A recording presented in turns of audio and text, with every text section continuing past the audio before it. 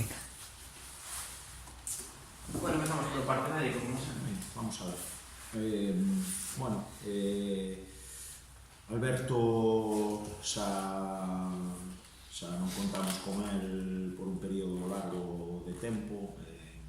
Parece ser que a lesión é peor do que se esperaba. Non peor, sino que o tratamento que se fixo con el era un pouco máis de preventivo que outra cousa, pero parece ser que ao final vai haber que pasar por quirófano para arreglar ben ese problema que ten no adutor. Samu co tobillo fastidiado non chega tampouco a fin de semana, e despois temos a Alesares e Miki, que tuveron algúns problemas ao largo da semana, do mismo que tuvo Uña o fin de semana pasado. Se adestraron, pero a ver como están mañán e a ver como chegan o domingo. En función de como estén, optaremos por eles ou non. É un tema médico, non? Sí. E o de Alberto non ten nada que ver xa ca pubalgia.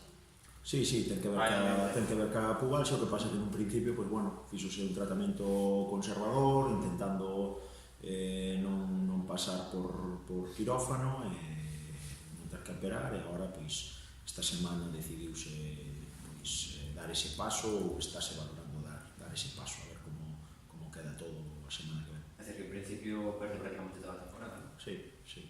Non sei canto tempo tardará en volver, pero conta que pasar por quirófano, aí teñen que cortar, a cicatriz tardará un tempo, despois hai que readaptarse, despois hai que coller o pico de forma outra vez. Que salga todo ben e que o traten canto antes, e a partir de aí que este o antes posible, pero sí, non contamos con el ata novo aviso. Bueno, centrándonos xa no partido, polo rival que ven, pola dinámica que trae, e que só é tópico, non sei se un partido que pode valer tamén máis de 3 puntos. Evidentemente xa é a segunda volta, xa van pasando as jornadas, é un rival que xunta con nós o ano pasado foi quen de xogar playoff, pero candidato desde o principio en todas as quinielas para repetir.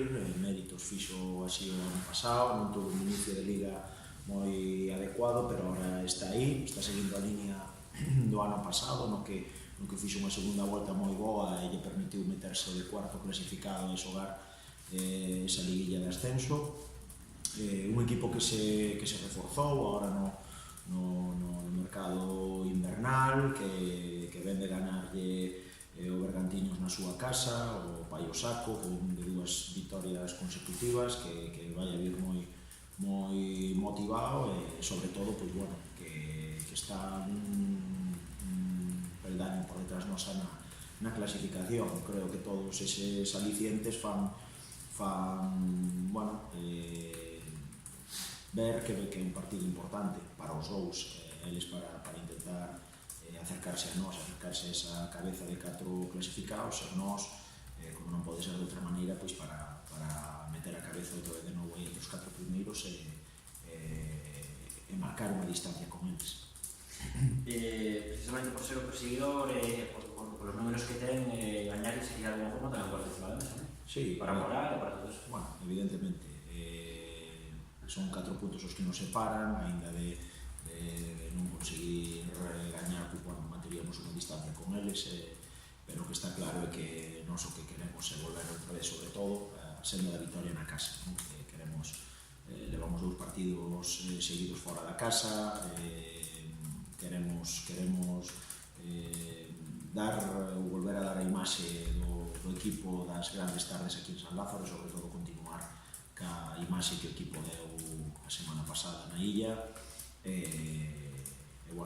Para iso precisamos de toda a xente, precisamos da afición. Eu creo que, como che dicía antes, os alicientes e os números do equipo rival, a clasificación, a dinámica que trae e demais, creo que é un partido no que é moi importante para nós a nivel deportivo, pido neste caso que a afición pois que veña a animar e que desde o principio hasta o fin pois que non deixe de seguir ao Compostela porque eles xa se viu no playoff de ascenso contra o Tarrasa que somos primeiros en marcar o primeiro gol e agora canto máis animen e canto máis estén a gusto co equipo pois mellor o farán os xogadores, seguro. E un pouco que destacas do Londres? Bueno, pois proxecto de continuidade, mesmo adestrador, moitos xogadores do ano pasado, ficharon moi ben ao principio de tempada e agora no mercado invernal pois tamén se reforzaron ben, un equipo con moita velocidade, con moita calidad por dentro, con Iván Pérez e con Llavés, xogadores de maior nivel, xente moi rápida por fora como Pardavila e como Mauro, xente veterana como Aitor Díaz ou como Jesús Varela, vello conocido aquí na casa. Bueno, eu creo que ten